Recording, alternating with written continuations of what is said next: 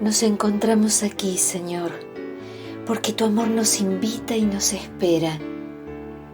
Venimos con nuestras alegrías y penas, inquietudes y certezas, aciertos y errores. Te pedimos que nos despiertes los sentidos para poder percibir tu presencia y escucharte y encontrarte en las lecturas, las oraciones, las canciones, en el sonido y en el silencio.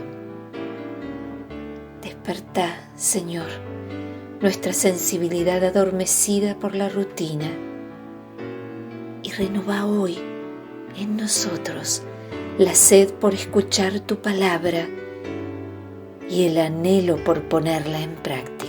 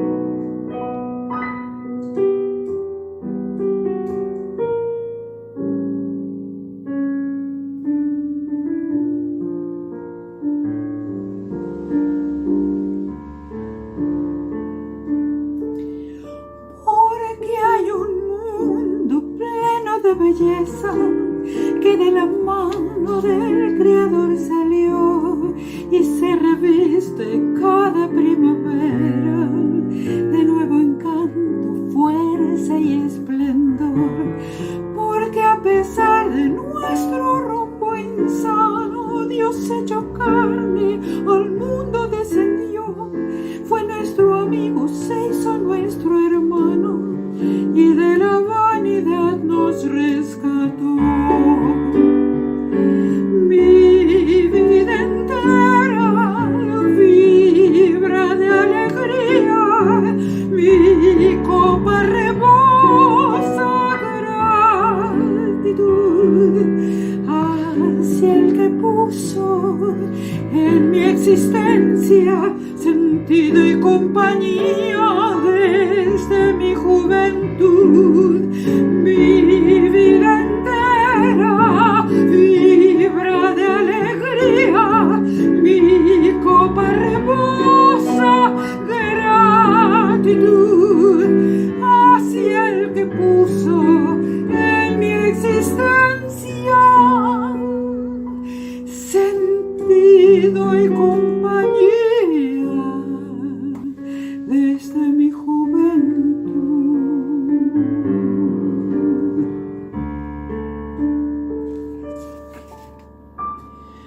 Porque no solo entonces nuestra historia cobró sentido al paso de Jesús, sino que aún brilla su presencia y gloria en estos tiempos ávidos de luz, porque en las páginas de su palabra los pensamientos del eterno Dios siguen hablando a la conciencia humana con el acento cierto de su voz. Mi vida entera vibra de alegría, mi copa rebosa gratitud hacia el que puso en mi existencia sentido y compañía desde mi juventud. Mi vida entera vibra de alegría, mi copa rebosa gratitud hacia el que puso en mi existencia sentido y compañía desde mi juventud.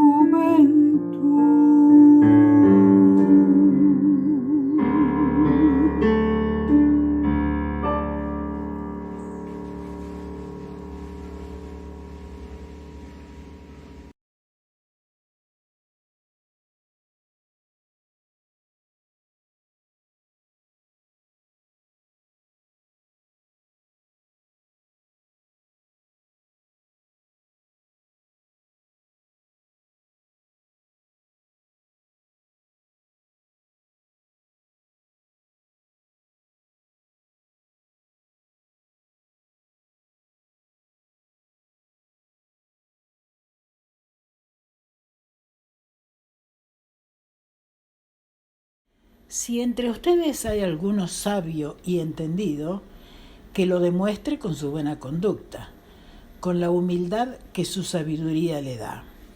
Pero si ustedes dejan que la envidia les amargue el corazón y hacen las cosas por rivalidad, entonces no tienen de qué enorgullecerse y están faltando a la verdad.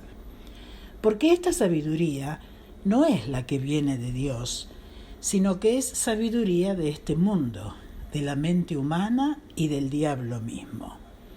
Donde hay envidias y rivalidades, hay también desorden y toda clase de maldad. Pero los que tienen la sabiduría que viene de Dios, llevan ante todo una vida pura, y además son pacíficos, bondadosos y dóciles. Son también compasivos, imparciales y sinceros, y hacen el bien. Y los que procuran la paz, siembran en paz para recoger como fruto la justicia. ¿De dónde vienen las guerras y las peleas entre ustedes? Pues de los malos deseos que siempre están luchando en su interior. Ustedes quieren algo y no lo obtienen. Matan, sienten envidia de alguna cosa y como no la pueden conseguir, luchan y se hacen la guerra. No consiguen lo que quieren porque no se lo piden a Dios. Y si se lo piden, no lo reciben porque lo piden mal, pues lo quieren para gastarlo en sus placeres. Oh, gente infiel, ¿no saben ustedes que ser amigos del mundo es ser enemigos de Dios? Cualquiera que decide ser amigo del mundo se vuelve enemigo de Dios. Por algo dice la Escritura, Dios ama celosamente el espíritu que ha puesto dentro de nosotros. Pero Dios nos ayuda más con su bondad, pues la Escritura dice, Dios se opone a los orgullosos, pero trata con bondad a los humildes. Sométanse pues a Dios, resistan al diablo y éste huirá de ustedes. Acérquense a Dios y Él se acercará a ustedes.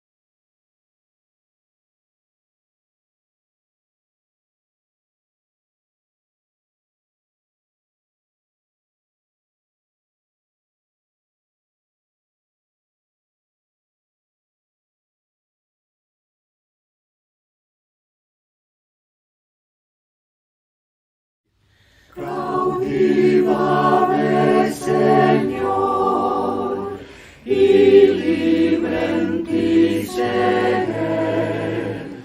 Anhelo ser un vencedor, rindiéndome a tus pies. No puedo ya confiar tan solo en mi poder. En ti yo quiero descansar y fuerte obedecer. Cautívame, Señor, que en ti mi voluntad tendrá un bautismo de vigor, firmeza y santidad. Podrá la tentación mi vida sacudir, no habrá cierta protección que la encuentre en ti.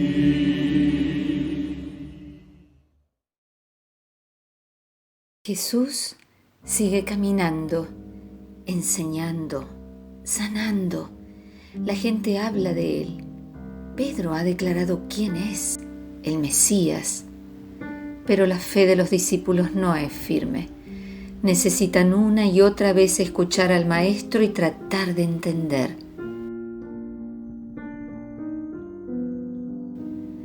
Cuando se fueron de allí, pasaron por Galilea. Pero Jesús no quiso que nadie lo supiera porque estaba enseñando a sus discípulos. Les decía: El Hijo del Hombre va a ser entregado en manos de los hombres y lo matarán, pero 3 días después resucitará. Ellos no entendían lo que les decía y tenían miedo de preguntarle. Llegaron a la ciudad de Cafarnaúm. Cuando ya estaban en casa, Jesús les preguntó: ¿Qué venían discutiendo ustedes por el camino? Pero se quedaron callados, porque en el camino habían discutido quién de ellos era el más importante. Entonces Jesús se sentó, llamó a los 12 y les dijo: Si alguien quiere ser el primero, deberá ser el último de todos y servirlos a todos. Luego puso un niño en medio de ellos y tomándolo en brazos les dijo: El que recibe en mi nombre a un niño como este, me recibe a mí.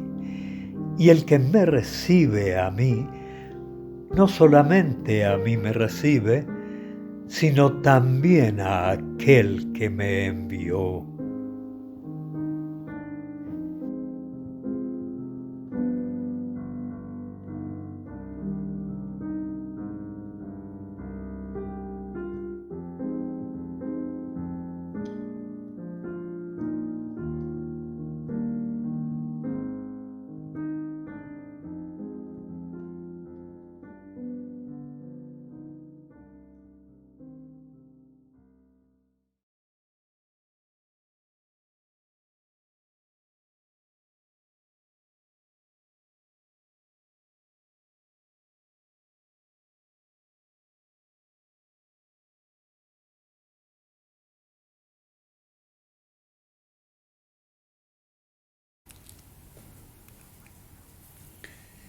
Voy a invitarte a reparar en un aspecto del texto del Evangelio.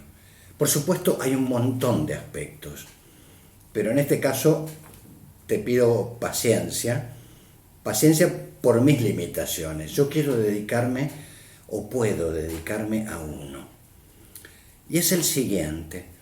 En el versículo 35, el Evangelio cuenta que Jesús dice que para ser el primero es necesario ser el último. Y esto significa servir a todas las personas. Y luego, en el versículo 37, dice que quien recibe a un niño está recibiendo a Jesús mismo. Es decir, que estos dos versículos establecen una relación entre el concepto de ser el último y de recibir a un niño. Así que de esto es lo que te propongo meditar en este momento. Lo último y la niñez. Si como Jesús propone,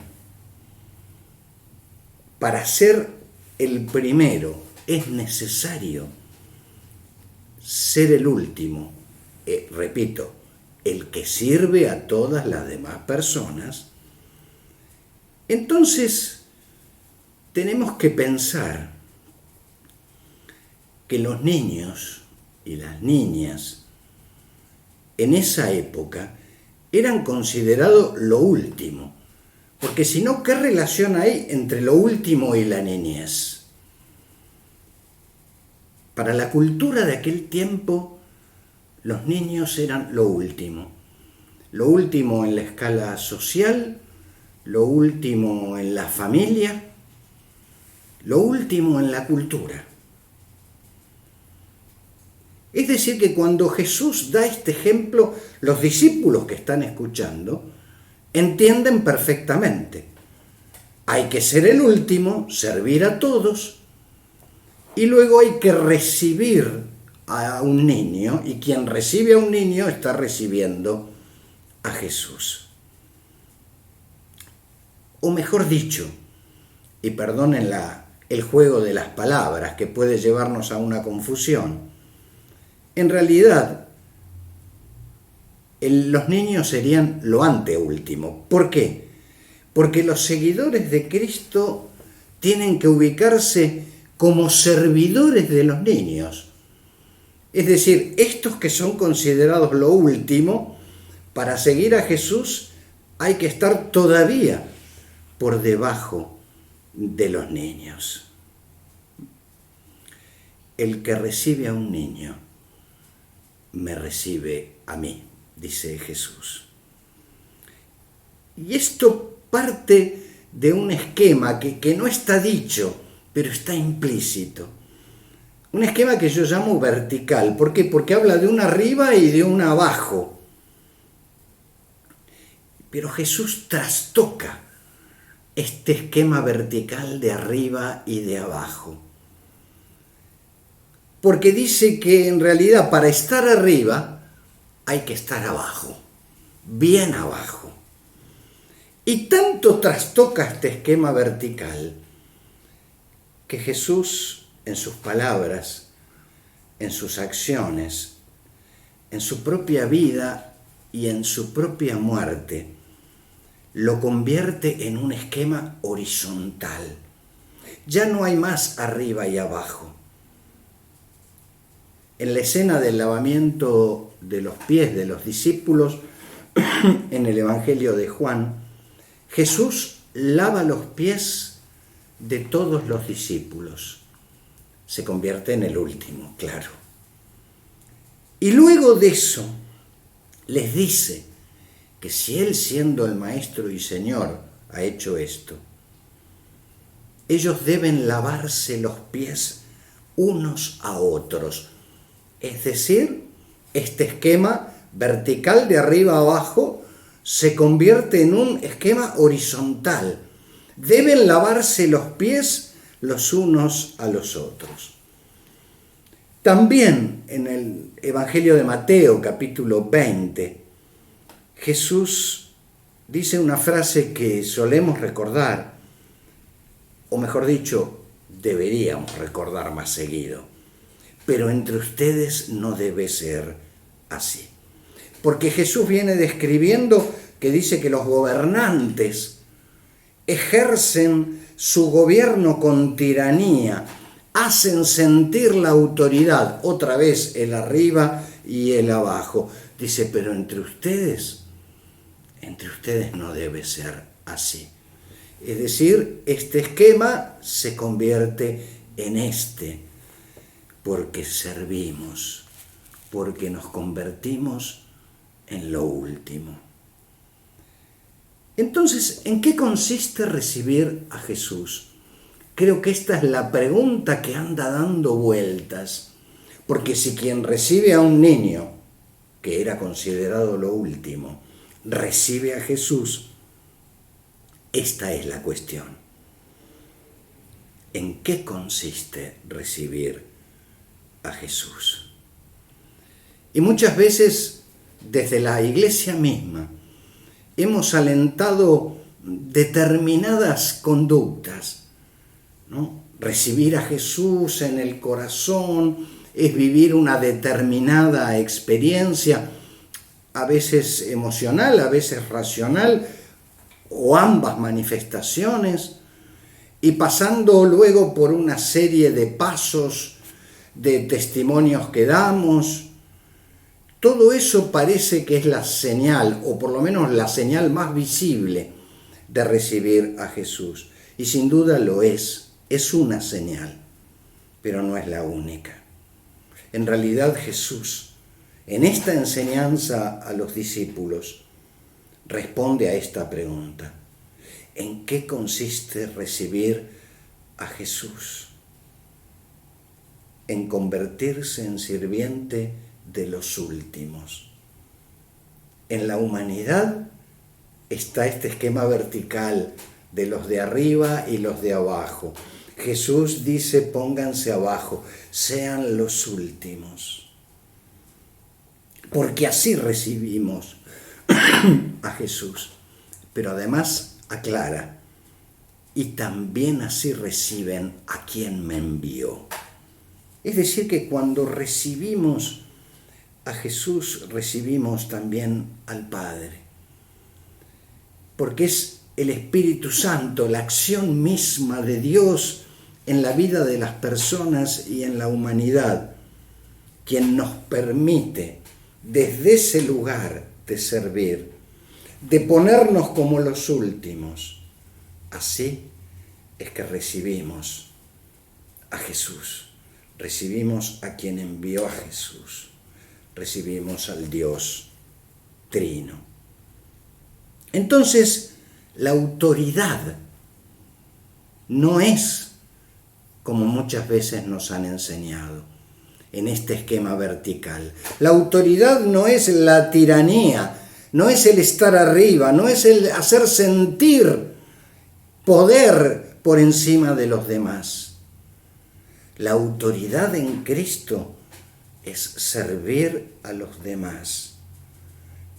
La autoridad no es una ventaja o una capacidad para someter a los demás. En esto consiste el amor. Y no estoy diciendo que esta es tarea sencilla. Es tarea de cada día, de volver a empezar, de volver a intentarlo. Cada uno en su vida y todos juntos como hermanas y hermanos en la iglesia. Cada día hay que volver a intentarlo. ¿Por qué? Porque queremos recibir a Jesús. Que hoy puedas recibir a Jesús en tu vida, siendo el último. Que Dios te bendiga. Amén.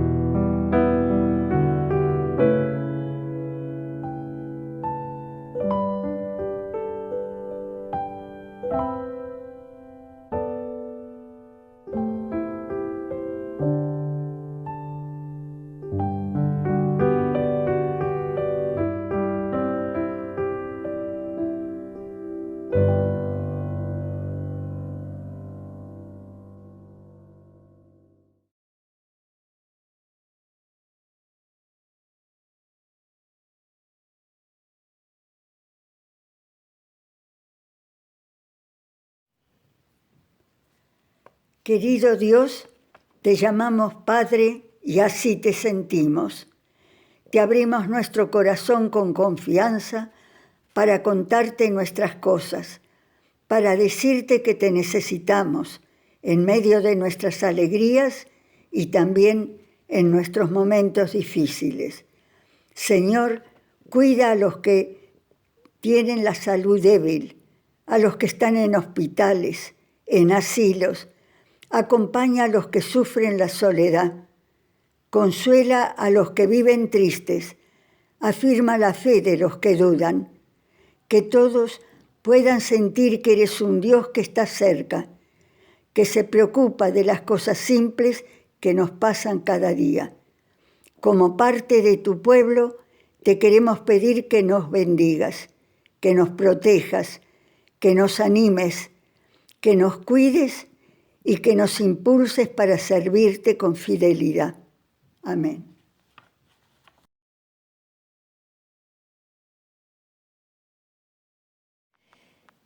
El Salmo 1 que leímos al comienzo de este encuentro nos dice que es feliz la persona que pone su amor en la palabra de Dios, que es como un árbol plantado a orillas de un río que da fruto en su tiempo. Que podamos, como hijos e hijas suyos y como iglesia, ser ese árbol que dé frutos de servicio, de paz, de amor y de entrega.